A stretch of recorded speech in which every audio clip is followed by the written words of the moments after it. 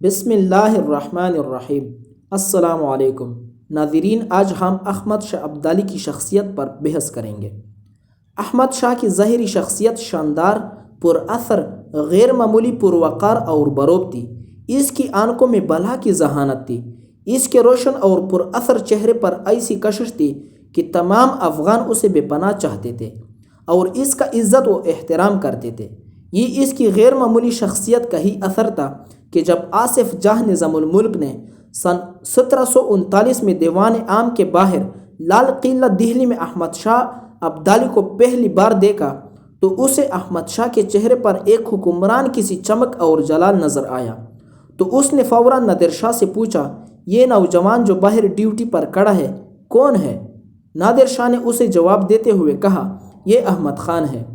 نظام الملک نے کہا، مجھے اس میں ایک حکمران کی شخصیت نظر آئی ہے۔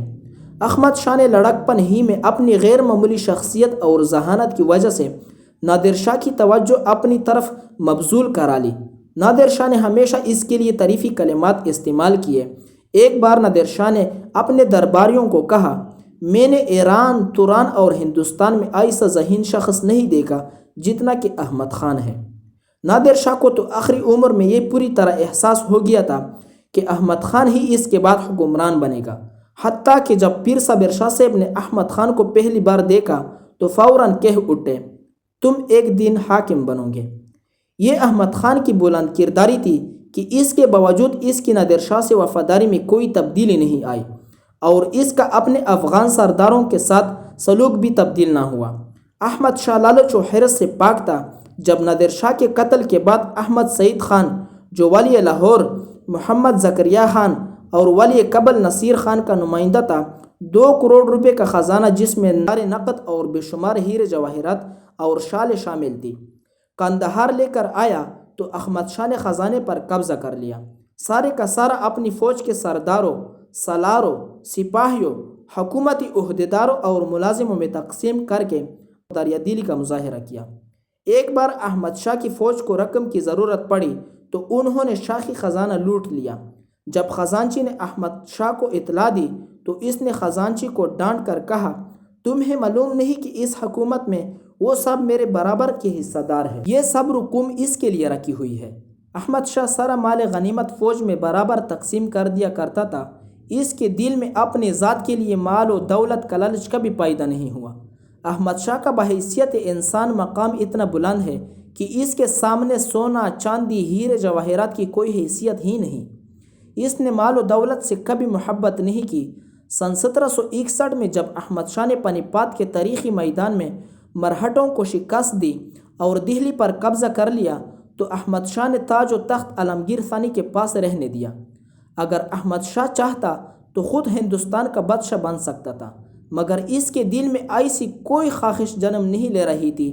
اس سے یہ واضح ہو جاتا ہے کہ احمد شاہ کا مقصد صرف جہاد تھا، تاج و تخت یا دولت نہیں تھی۔ احمد شاہ ابدالی انسانیت کا کس قدر احترام کرتا تھا، اس کا ثبوت یہ ہے کہ جب پانی پت کی جنگ میں وسواس راؤ قتل ہوا تو احمد شاہ کے سپاہی اس کی لاش میں بس بھر کر بطور یادگار افغانستان لے جانا چاہتے تھے، مگر احمد شاہ نے انہیں ایسا کرنے سے روک دیا۔ اس نے پنڈت بلوائے اور شجاع الدولہ کی زیر نگرانی لاش باعزت طریقے سے جلائی اور راکھ سونے کے برتن میں ڈال کر پیشوا بالاجی باجی راؤ ثانی کو بھجوائی گئی۔ سارے اخراجات احمد شاہ نے برداشت کیے۔ باؤ کی لاش کو بھی تلاش کیا۔ لاش ملی تو سر کے بغیر تھی۔ سر ایک سپاہی کے پاس تھا۔ اس کا منہ دھویا گیا۔ لاش برہمنوں کے سپرد کی گئی اور باعزت طور پر جلائی گئی۔ اس کی راکھ کو بھی سونے کے برتن میں ڈال کر پیشوا کو بھجوا دی گئی۔ ان واقعات سے احمد شاہ کی عظمت کا پتہ چلتا ہے۔ ایلفنسٹین لکھتا ہے، احمد شاہ ہنس، شیریں زباں، ملنسار اور خوش مزاج تھا۔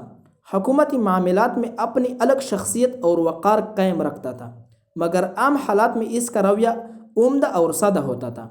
احمد شاہ صوم و صلاح کا پابند تھا، علماء و درویشوں کی عزت کرتا، جہاں بھی جاتا بزرگوں کے مزار پر فاتحہ ضرور پڑھتا۔ پانی پات کی فتح کے بعد حضرت بو علی قلندر رحمۃ اللہ علیہ اور حضرت نظام الدین اولیاء رحمۃ اللہ علیہ کی مزار شریف پر حاضری دی۔ حضرت صابر شاہ رحمۃ اللہ علیہ کا گہرا عقیدت مند تھا۔ حضرت خواجہ سعد رحمۃ اللہ علیہ کا بھی بہت احترام کرتا تھا۔ قبل سے پنجاب جاتے ہوئے پشاور کے قریب ہمیشہ شیخ عمر چمکانی کی زیارت کو جاتا تھا۔ احمد شاہ رحم دل اور سخی بادشاہ تھا، جو کچھ اس کے پاس ہوتا لوگوں میں بانٹ دیتا۔ مشرق کے حکمرانوں کی طرح ظالم نہ تھا۔ اس نے پانی پت کی جنگ سے پہلے یہ اعلان کیا، افغانستان کے آدمیوں میں سے کوئی ہندوستان کے ہندوؤں کے خلاف تعصب کا اظہار نہیں کرے گا، کمزوروں پر ظلم و ستم نہیں کیا جائے گا، اور نہ ہی کسی کی مذہبی اور معاشرتی رسوم پر اعتراض کریں گے۔